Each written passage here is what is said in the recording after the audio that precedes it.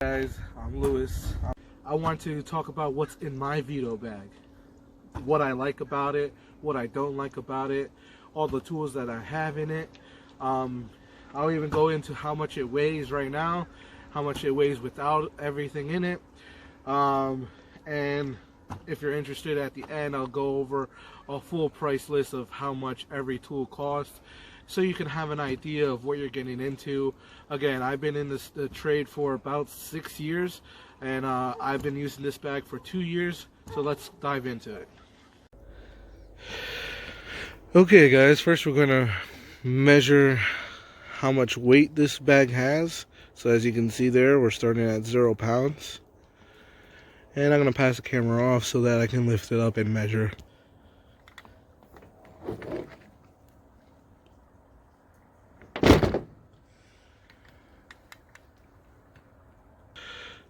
So right now you can see that the scale stopped at 24 pounds. So okay, we're going to start. I came inside because it's starting getting cold outside, and the sun started to go down. So we're going to go over what's inside my Veto bag. Again, one thing I do want to mention, when I weighed this, the only thing I did not weigh it with was with my laptop. Normally I have my laptop in here. Let me actually go get one. Now I went to get my iPad, not my laptop. I do have this rubbery cover for my iPad, so that it takes a little bit more hit, and I think that's the only reason why I have difficulty putting it in. Because with everything inside my bag, it tends to be really just annoying to get it in there. I have to wiggle it always like this so that it fits, then I can close it. Also, one thing is, while we're here in this point of the bag, I do understand they put these here so you have extra stuff to hook onto, but I do not like it because if you see, the bulge of the iPad is in with line with these bulges right here. So I think that's another reason why you have difficulty taking it out, putting it in, because again, you're trying to shove it in on an angle. I definitely think it would be better with no rubbery cover on my iPad. I'm actually going to take it off just to see how it is sliding in and sliding out. So here I took off the cover, and yes, I do carry around the Pick iPad. Again, it's not mine, it's the company's. So here it is without it. It just slides in and out. But again, I have the cover there to protect it from when I drop it or anything like that. So, and it gives me grip so that when I'm holding it, it's not slipping in my hands trying to write. So that's one thing I have. This beautiful picture is taken by yours truly. Don't you love it? That's the dream right there. Pickup truck, house on the lake. Awesome. So now I just put my iPad back together, and I just went over the way the iPad sits in here. The pull-out string is helpful with my cover. Helps me pull out the iPad. It has in time just fallen out of its little loop that holds it into place. But again, it works great with my iPad. Again, I do not like these little loops here. Just, to me, it gets in the middle. After 2 years, again, I do a lot of commercial work, and a lot of it's pulling my bag up by rope. I can either use this to just carry it on my back, which I kind of don't like carrying stuff up a ladder. It's just me. So I like to tie it down with a rope and pull it up. So going on to the side of the bag, I normally have 2 tools on this side. Right now I have a flashlight, and I normally have I normally have my knife on this side with my flashlight, and I have two thermometers on this side. Like many people might know, you tend to lose stuff on the job, so I lost one of my thermometers. But on this side, you can see I have a flashlight, great flashlight. It's a magnetic flashlight that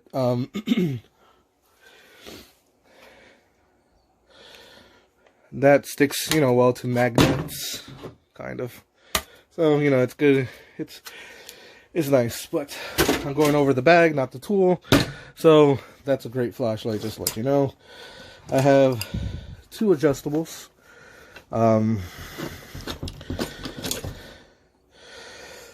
Two adjustables, as you can see. I carry two adjustables.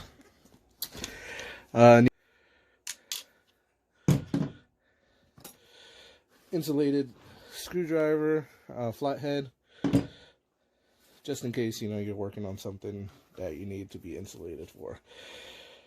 A little knife, which I do like these knives. I had a better one that I lost. So that's all that's on this side. Let's take this off so it's just a little bit less annoying. I have a Phillips insulated screwdriver. I have wire strippers with a crimp tool on there. Vice grip, I do like these. These are the smaller ones, but I do like them. Right angle extension so that you can get into those nicks and crannies. And again, a thermometer. You always need a thermometer when you're doing HVAC. Here I got, sometimes I carry blue, black, white. If it needs to be a specific color, I'll get them. But that's just the normal colors I carry. So all that was just in the sides of the pockets, which it's a decent amount of tools. Okay. Now let's go into the front. Okay. Velcros on this bag are legit. They're tough. They hold on. I like them. But here I have a little, just to test air pressure on expansion tanks. Make sure that's there. I have some jumpers. Small screwdriver, for thermostats and stuff like that. An extension bit. This was one that I had in here that broke. I had a tire gate, I had a tire pressure that broke. This is nice to have. Again, I try to minimize the stuff that are in my bag, so I'm not going back and forth. So multi-tools like these, are helpful because you don't have a certain socket. The only problem with this is not deep, like it only goes in by like either a ½ inch deep, but it will take you out of a jam that, it's just nice to have. I really rarely use the slots up here. I only have, as you can see, 2 bits that are just spares. The slots are very deep, so sometimes you have to use some type of other device to get the bit out. But other than that, I like them. Now let's move to the front. Okay, this tab, I always tuck it up in here to get it out of the way. But here I have my refrigerant stuff, temp probes to check pressure, temperatures, extra screws, low side, high side. I do love these minis. One, because you can put it in a bag like this. Again, what I'm trying to do is with this tool bag is have everything that I need on me to do a maintenance, to do a service. If I need to go into charging pressure, checking charge, I check my charge with this. If everything's well, I keep it moving. If not, and I have to charge the system, remove refrigerant, whatever, I'll get my hoses and deal with it. But again, I'm trying to make this bag so that I don't have to do as many trips as I want. This is a great tool to have. This is for it's to help prevent spray back. You put it on again, but this is not about the tools.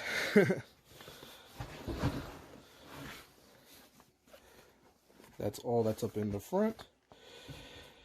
And now the main compartment, which has a divider inside of it, and some tools. So here I have my 12-volt Bosch drill with a bit. Here I have a fuse popper to test fuses.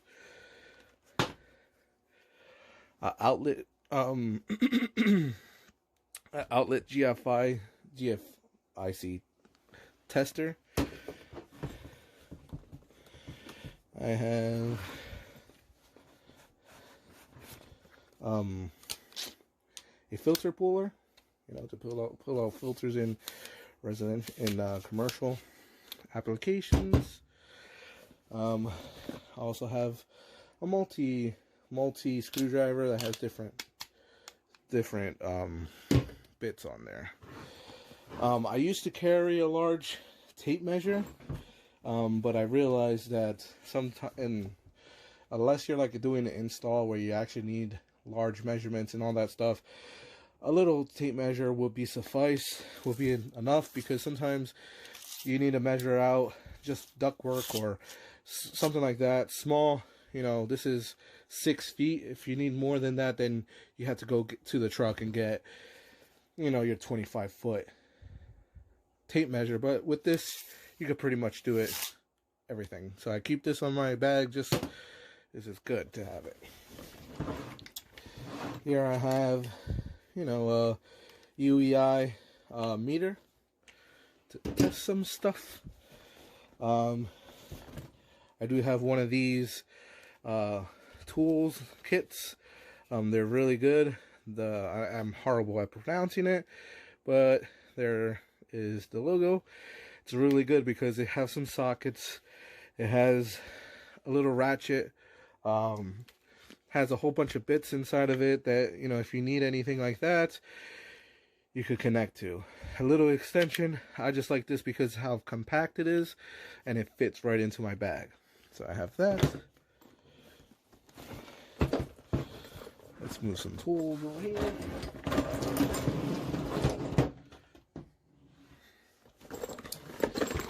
Here I have just a container for cleaning out drains, checking water pressure on a boiler or something like that.